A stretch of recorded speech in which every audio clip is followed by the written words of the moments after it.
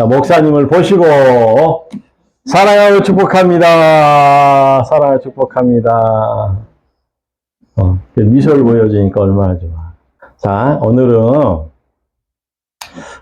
고린도후서 6장 1절로 13절 말씀을 통해서 은혜의 때에 마음을 넓혀야 하는 이유 라는 제목을 통해서 오늘 말씀을 살펴보도록 그렇게 하겠습니다.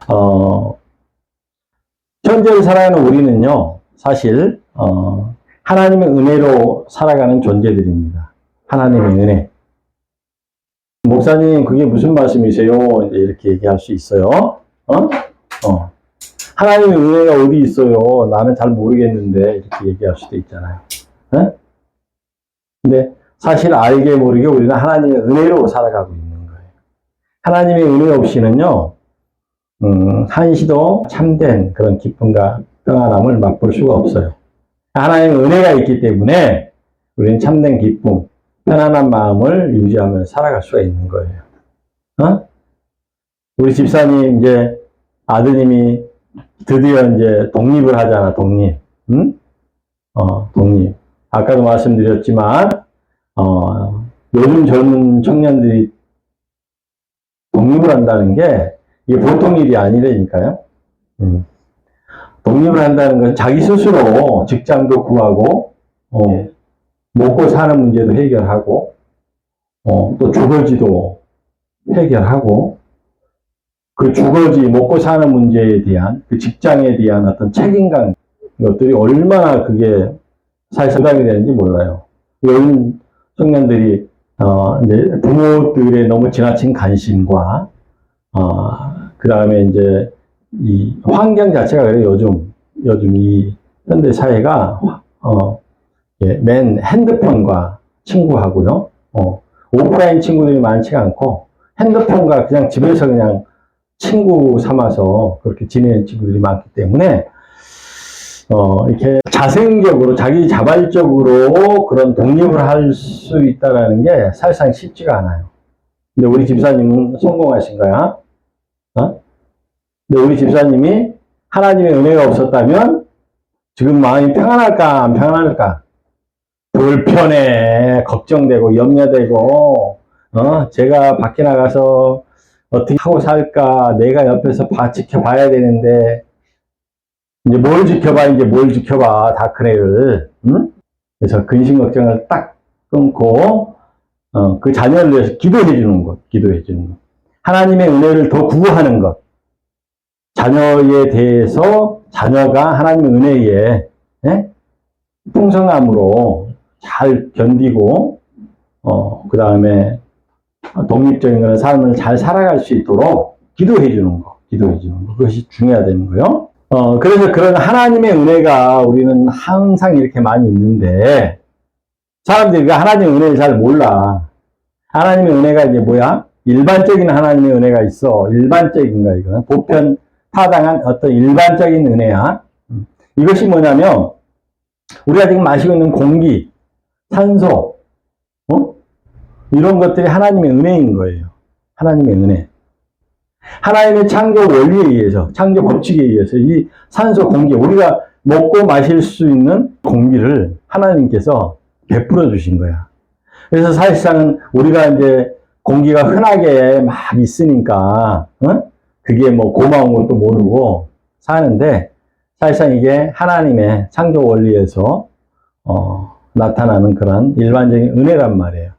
보편적인 은혜야. 그러니까 일반적인 은혜이기 때문에 그 자연 환경의 어떤 그런 이치로 생각을 하고 고마움을 모르는 거죠. 두 번째로 뭐야? 자연 환경이란 말이야, 자연 환경. 자연의 섭리. 자연의 섭리 이런 것들이 하나님의 은혜인 거예요. 자연의 섭리, 이런 법칙들이 없으면은요, 세상은요, 난장판이 돼요, 난장판이. 틀림없이 아침이 되면요, 동쪽에서 해가 떠야 돼요. 구름에 가려서 그 해가 잘 안 보일 수도 있겠지만, 그렇다 하더라도 태양은 떠야 되는 거야. 태양은 뜨고, 저녁이 되면 태양이 지고, 저녁에는 또 달이 비춰주고, 환하게 비춰주고, 이러한 것들. 제가 얼마 전에 저희 이제 화장실에서 제가 이제 시험을 해봤어, 시험을. 테스트를 해봤단 말이야. 아니, 화장실에 딱 들어가서 문을 꼭 닫고, 그러니까 불을 끄고, 문을 꼭 닫고 딱 들어가 있었어. 암흑이야, 암흑. 암흑. 빛이 들어오는 것이 한 군데도 없는 거야. 빛이 들어오는 데가 한 군데도 없으니까 암흑이더라고. 바깥에는 분명히 환한데, 예? 낮이니까 환해. 그런데 안에 들어가서 문을 딱 닫고 불을 끄니까 완전히 암흑이야. 하나도 안 보여. 하나도 안 보여. 하나도 안 보여. 그러한 법칙에 의해서 밤이 있고 낮이 있고, 낮이 있으니까 우리는 눈 뜨고 이렇게 보는 거야. 맨날 밤이라고 생각해봐. 눈 필요 없잖아요. 눈 필요 없어요. 감각만 감각만 그냥 필요할 뿐인 거지. 감각. 이렇게 만지작 하면서 이렇게, 길도 찾아다니고 해야지. 응? 그러니까, 해가 뜨고 해가 지는 것이 얼마나 정말 큰일이야. 우리 사람들이 살아가고 자연환경이 이렇게 유지되고 하는 것들이, 응? 얼마나 큰일이야, 이게. 근데 이러한 것들이 다 하나님의 창조 원리. 이것을 우리 보편적인 하나님의 은혜라고 하거든요. 하나님이 세상을 창조하시고, 창조하실 때 우리 인간을 만물의 영장으로 지으셨어. 만물 다 다스리게끔 지으셨단 말이에요. 이 얼마나 큰 은혜야. 얼마나 큰 은혜. 이러한 일상의 어떤 그런 은혜가 있고요. 두 번째로 뭐냐면 특별하게 나타난 그런 하나님의 은혜가 있는데, 이것이 뭐냐면 하나님의 창조 원리와 법칙에 의해서 우리는 죽을 수밖에 없는, 선악과를 먹었으니까 우리 죽을 수밖에 없다는 거야. 이게 법칙인 거야, 법칙. 선악과를 먹으면 너희는 결코 죽는다라는 하나님의 언약이란 말이야. 하나님의 언약이 법칙이라는 거야. 하나님의 법칙. 이 법칙에 의해서 우리는 죽을 수밖에 없는데, 특별한 은혜인 거야. 죽을 수밖에 없는 우리를 구원하시고자 하나님이 구원 사역을 이루어 가신단 말이야. 하나님께서 구원의 일을 하고 계신다는 뜻이야. 재창조의 일을 지금 하고 계신다는 거야. 그래서 두 번째로 뭐야? 하나님의 구원 사역의 그 은혜.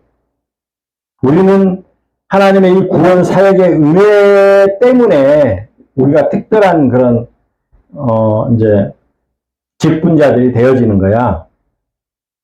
사람이 하나님을 떠나왔는데 어떻게 하나님과 합해서 하나님의 일을 도울 수가 있어요, 우리가? 하나님의 일을 어떻게 할 수 있을까? 하나님을 모르는데. 하나님을 아는 것도 하나님의 은혜요. 알고서 우리가 직분받아. 직분이라는 의미가 이제 그런 의미야. 하나님의 일에 동참한다는 뜻이거든요. 업무적으로. 직능.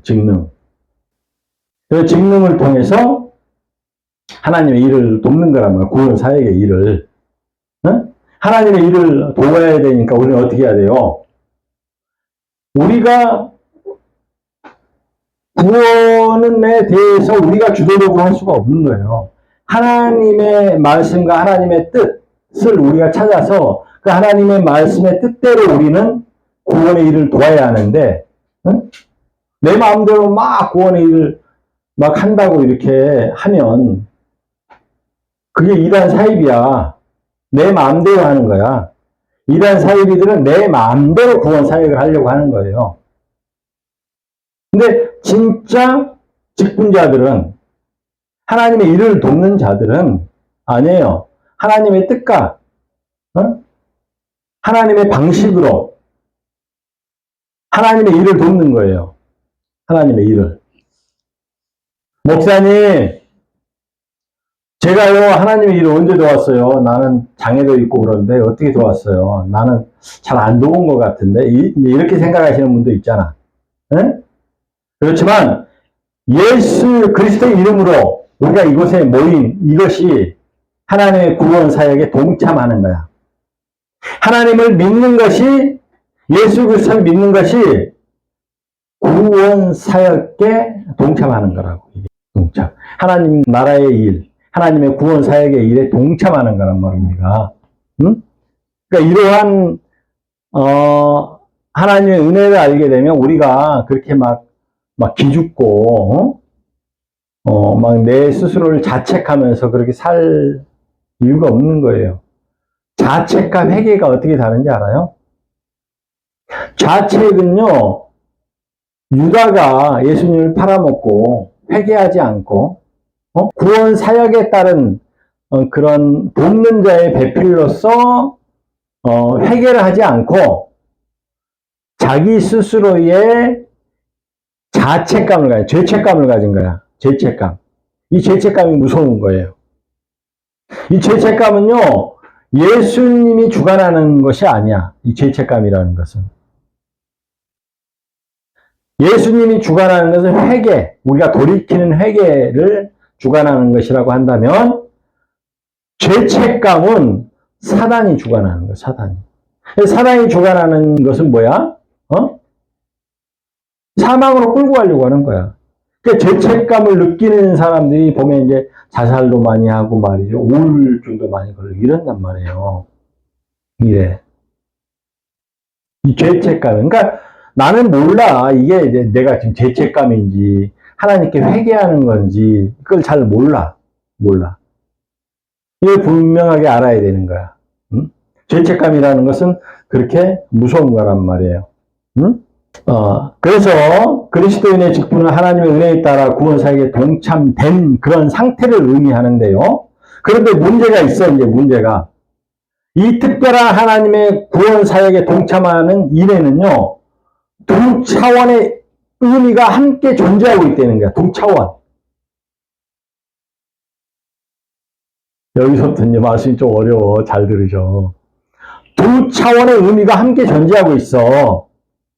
하나님의 일에 동참을 해서 우리가 하나님을 믿고 교회도 나오고 이제 이런 일을 했는데, 문제가 뭐냐면, 헷갈리는 거야. 문제가 뭐냐면 두 차원의 의미가 있다는 거야. 두 차원의 의미. 그럼 두 차원의 의미 중에 어떤 의미가 있을까? 그러니까 하나님의 나라의 구원 사역의 차원과 세상의 차원이 함께 존재하고 있는 거야. 지금 이 세상에는. 그러니까 이제 헷갈리는 거야. 이제 사람들이 헷갈리기 시작하는 거야. 응? 헷갈려. 아이고, 헷갈려 죽겠네. 헷갈리는 거야, 헷갈려.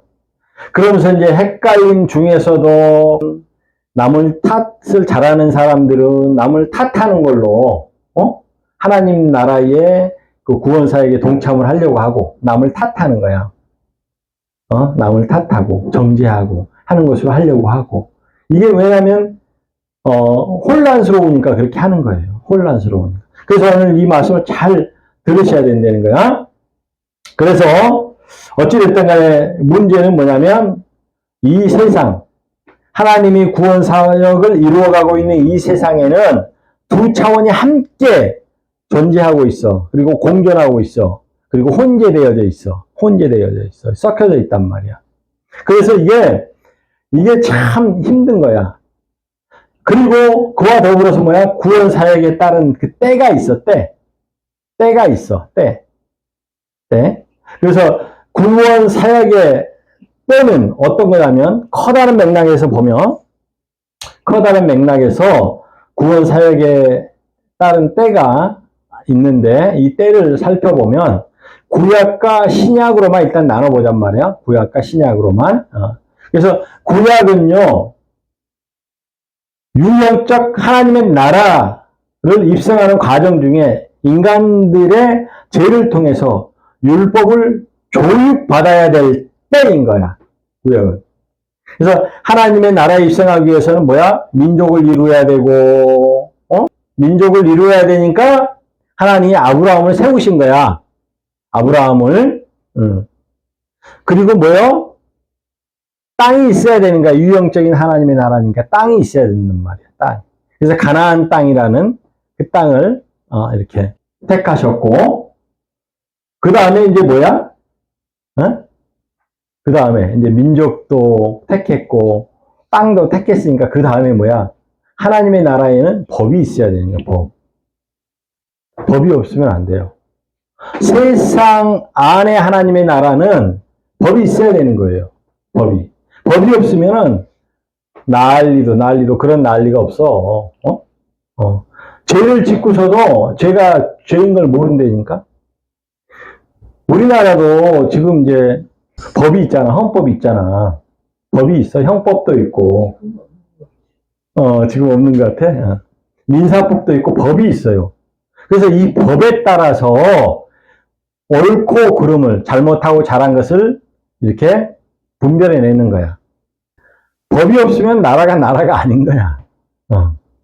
이 법을 세워야 돼. 그런데 사실 이 법이 어디서 왔어?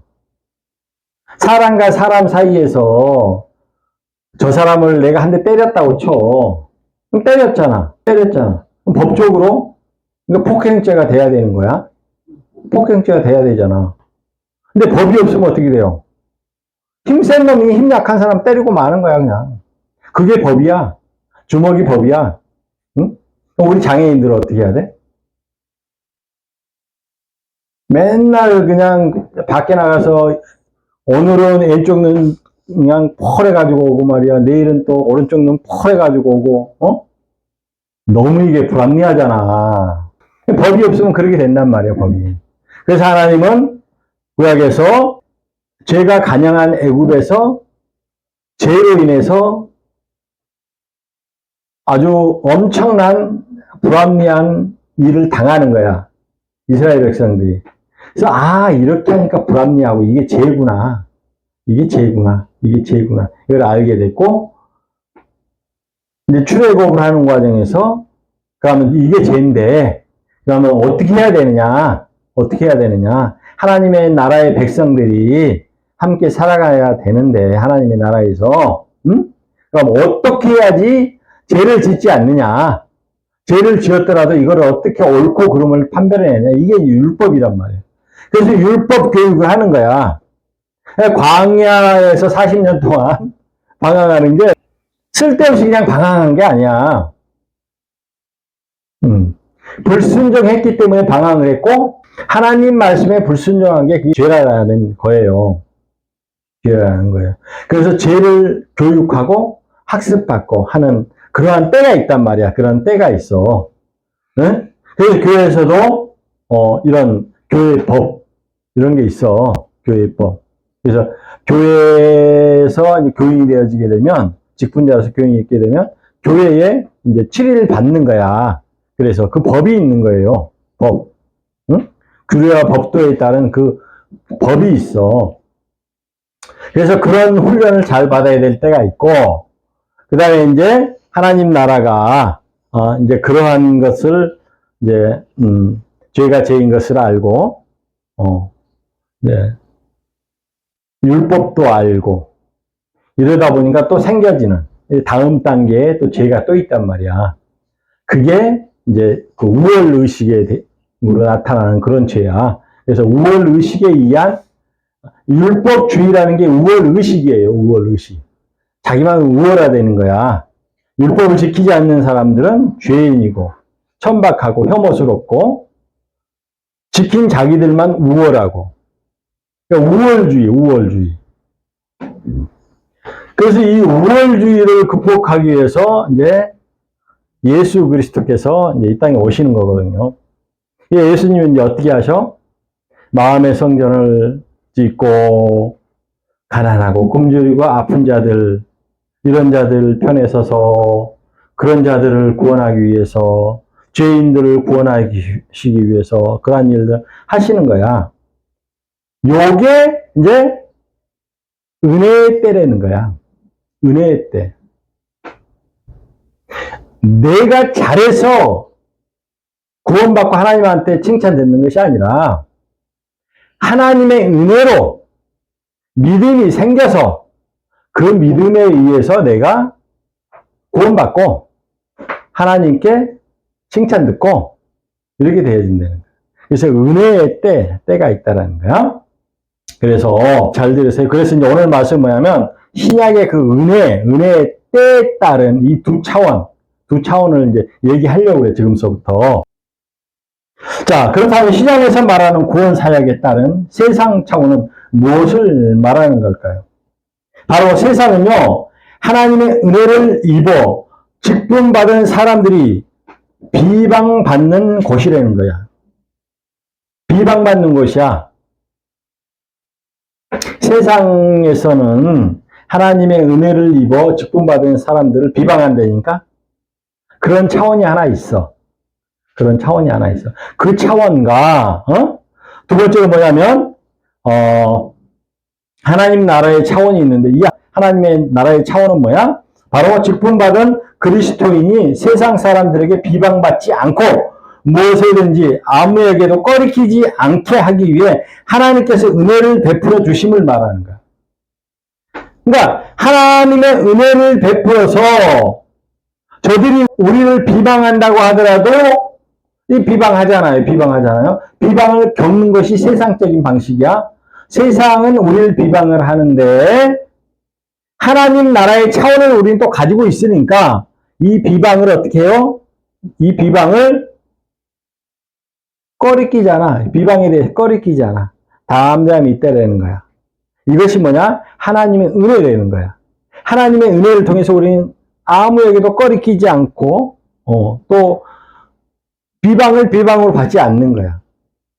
이것이 두 차원이 함께 작동되고 있는 거야, 지금. 우리 믿는 사람들이 어디에 있어, 지금? 지금 우리가 어디에 있어? 하나님을 믿는데 우리가 어디에 있어? 세상에서 살고 있잖아. 세상 가운데 있잖아. 세상에서 하나님의 나라를 찾고 있는 거야. 하나님의 나라가 되어져서 하나님의 나라의 확장을 위해서 우리가 하나님의 구원 사역에 동참하고 있는 거야. 세상에서. 그래서 세상의 차원과 하나님의 나라 차원이 함께 있는데 이것은 이제 역설적으로 세상은 하나님을 믿는 우리를 비방하려고 하지만 하나님의 나라에서 그 비방을 대쳐서 비방을 하더라도 비방으로 받지 않고 꺼리끼지 않고 이렇게 되는 거예요. 근심하는 자 같으나 항상 기뻐하고 가난한 자 같으나 많은 사람을 부유하게 하고 아무것도 없는 자 같으나 모든 것을 가진 자처럼 만드는 거야. 하나님의 나라는. 없는 자 같은데 세상적인 눈으로 보면 없는 자 같은 거야. 근데 가진 자야. 하나님 나라의 차원으로 보니까. 그러니까 이것이 두 개가 합쳐져서 혼재되고 있으니까 하나님을 믿는 사람들은 그 다음 후자 없는 것 같으나 있는 거야. 10억 있는 사람이 정말 삶의 최선을 다하면서 넉넉하게 남들에게 나눠주고 밥도 사주고 어려운 일 겪으면 좀 도와주고 하는 사람이 있는 자지 100억이 있어도 남한테 쓸 수 없는 자. 왜? 1000억 벌어야 되니까. 그런 사람이 있는 것 같지는 않잖아. 그런 사람은 없는 사람이야. 100억이 있음에도 불구하고 없는 사람이란 말이야. 없는 사람. 그래서 이 두 차원이 함께 있는 거야. 이 세상에는. 그래서 세상에는 필요한 것이 있어요. 하나님 나라를 정말 소유하기 위해서는 하나님의 구원 사역의 일을 동참한다는 것은 뭐냐면 세상에서 견뎌내는 거야. 세상에서 비방하는 것들에 대해서 견뎌내야 되는 거야.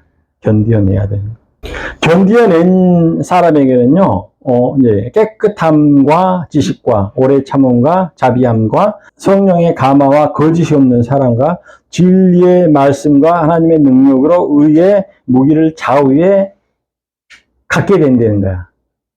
응? 하나님의 능력으로, 하나님의 말씀으로 좌우의 능력을 함께 갖는다는 거야.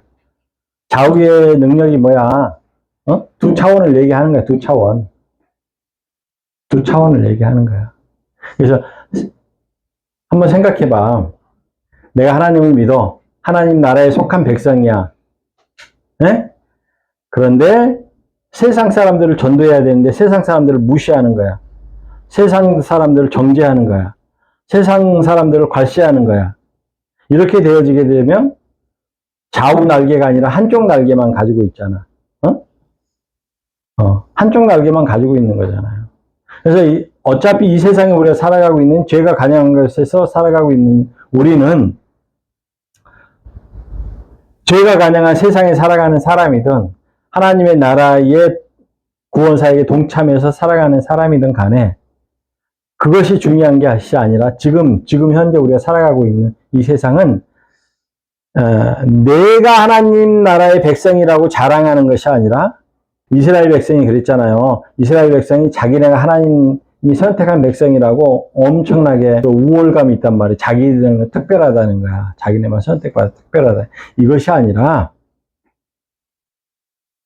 저들에게 사랑을 행하며 저들에게 나눔을 행하며 복음을 전하는 것. 그래서 저들이 하나님 나라에 동참할 수 있도록 하는 것이 중요하다는 거예요. 응? 그런데 이것을 못하게 하는 것이 있어. 응? 이것을 못하고 막 우월감이 들어서 세상 사람들이 하나님을 욕하잖아, 비방하잖아. 그러면 같이 비방하고 욕하는 사람들이 있단 말이야. 이런 사람들은 왜 그런지 알아요? 오늘 이제 결론이야. 바로 심정이 좁아진 이유 때문에 그러는 거예요. 심정이라는 말이 무슨 말이냐면 심정이라는 말이 감정적인 심리 상태를 얘기하는 거야. 감정적인 심리 상태로 심정이 좁아져 있는 상태. 감정적인 심리 상태가 좁아져 있는 상태. 사람이 그렇잖아. 우리가 꿍 하고 말이야. 뭔 말을 못해. 뭔 말만 하면 집에 가서 이렇게 또 생각해. 또 생각하고. 그래서, 오늘 목사님이 무슨 얘기 했는데, 내가 기분이 좋은 것 같기도 하고, 나쁜 것 같기도 하고, 찝찝하고, 옆에 성도님이 오늘 나한테 뭐라고 했어. 근데 집에 가서도 계속 찝찝한 거야, 찝찝하고. 나한테 저렇게 했으니까 내가 이제 호되게 한번 해야 되는데 말이야. 이러네. 이게 뭐냐면, 우리의 마음이 좁아져 있는 거야, 좁아져 있는 거야. 하나님을 믿고, 하나님의, 그 일을 돕는 우리가, 심정이 좁아져 있으면 어떻게 되겠어?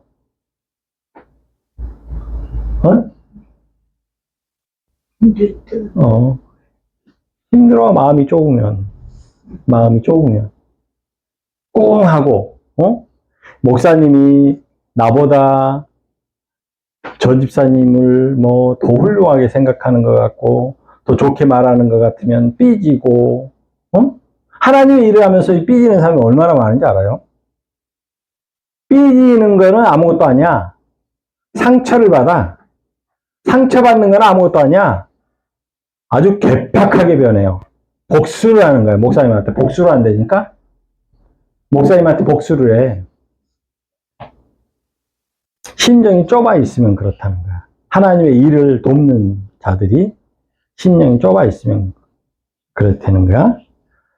그래서 우리 내면에서 일어나는 감정이나 심리 상태, 즉 심정이 좁아진 것이 그 이유라는 거야. 이것을 명심하셔야 돼. 에? 정말 의로운 자들은 어떤 자들인지 알아요? 무명한 자 같으나 유명한 자라는 거야. 이름이 없는 자. 그냥 남들이 모르게끔 뒤에서 선한 일을 다 해. 자기의 이름을 숨기면서 해. 사람들이 자기 이름 모르잖아. 그 일을 행하는 거야. 그게 무명한 자라는 거야. 무명한 자. 무명한 자 같으나 이게 하나님 나라에서는 유명한 자라는 거야. 세상 사람들이 봤을 때 모르니까 무명한 자야. 하나님의 나라에서는 모르게 한 사람이 유명한 자라는 거야. 이게 모르게 하는 것이 유명한 자야. 하나님이 그 사람 하는 걸 다 알고 계셔. 이게 심정이 좁아지지 않은 의로운 사람의 모습이야. 죽은 자 같으나 살아있고, 나 죽었어에 가만히 있는다고, 그 사람 죽은 사람이 아니라니까? 살아있는 사람이라니까. 하나님 나라에서.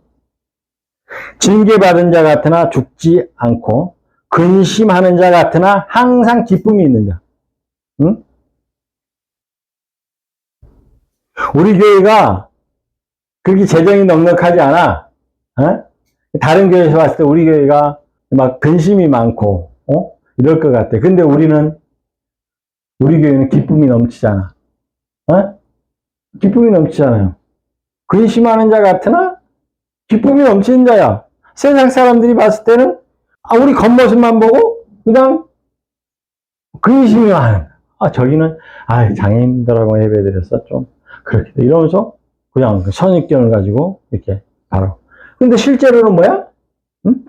하나님의 의로움이 있으니까. 하나님의 구원 사역에 우리가 돕는 자의 배필되어서 일을 열심히 하는 우리가 마음이 좁지가 않으니까 기쁨이 넘치는 거야.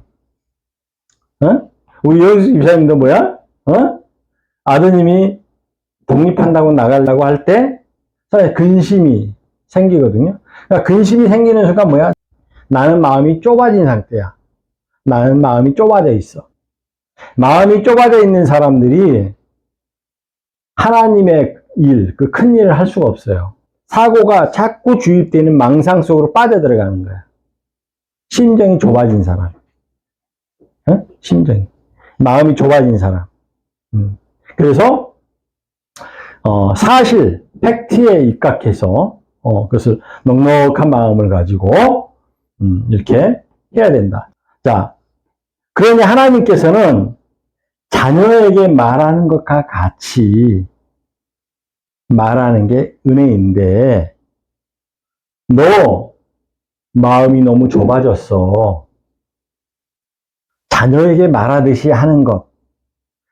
하나님이 나를 지적했잖아요. 그러면 꿍해지잖아. 또 마음이 좁아지잖아, 우리는. 에? 근데 하나님이 자녀에게 말하듯, 자녀에게 말한다는 뜻은요, 진실화되는 거야. 거기에 어떤 경제적인 이익이나 아니면 속이는 마음이 있다라는 게 아니야. 자녀에게는요, 정말 진실한 걸 얘기하거든요. 정말 진실한 거. 정말 필요한 걸 얘기하거든요. 아비의 마음으로 얘기하는 것은. 아비는요, 자녀들에게 말을 많이 못해요. 왜냐하면, 큰일 하지 못할까봐. 괜히 그까지 마음 좁아져갖고, 큰일 하지 못할까봐. 그런데, 그럼에도 불구하고, 아들의 어떤 그런 필요한 것들, 또 좁아진 마음을 지적하고 얘기하는 것은 굉장히 조심스러운 거야. 그러니까 아버지의 마음으로 좁아진 마음을 지적하는 것은 굉장히 조심. 그러니까 그 안에 조심하는 그 마음 안에 진짜인 거야, 이건 진짜. 내 자녀가 잘 되기를 바라서 하나님께서 말씀하시는 거거든요. 아비든 정말 내 자녀가 잘 되기를 바라서 지적을 해주는 거거든요. 그러니까 하나님을 믿는 사람들은 목사님이 이렇게 해서 좀 지적을 하고 이거 이렇게 하세요 저렇게 하세요 삐지면 안 돼요. 아비의 마음으로 목사님이 아비의 마음이 아니라 장사꾼의 마음으로 얘기하면 삐져야지. 그렇죠? 근데 목사님이 아비의 마음으로 얘기하는 것은 절대 삐지면 안 돼요. 이게 하나님의 뜻인가? 정말 내가 이것을 받아들이고 정말 깊게 생각해 봐야 돼요. 기도해 봐야 돼요. 정말 기도해 봐야 돼요. 그래서 자녀에게 말함과 같이 말하는 것이 바로 은혜라는 거야. 지적을 하더라도 목사님이 조금 혼냈다고 쳐. 좀 혼냈어. 내가 기분이 좀 안 좋아. 그래도 자녀에게 말하듯이 말한 것은 은혜라는 거야. 나를 바뀔 수 있는, 나를 성장시킬 수 있는 그 은혜라는 거야, 은혜. 그리고 우리가 하나님 나라의 일에 동참하는 것, 그리고 그 지적에 따라서 바뀌어지려고 하는 것이, 그것이 뭐냐면 그 은혜에 보답하여 우리의 마음을 넓혀야 된다는 거야. 응? 우리의 마음을 넓혀야 돼. 우리의 마음을 넓히는 이유가 뭐냐면 그 은혜에 보답하기 위해서 마음을 넓히는 거라는 거야. 오늘 말씀이 잘 기억됐으면 좋겠어요.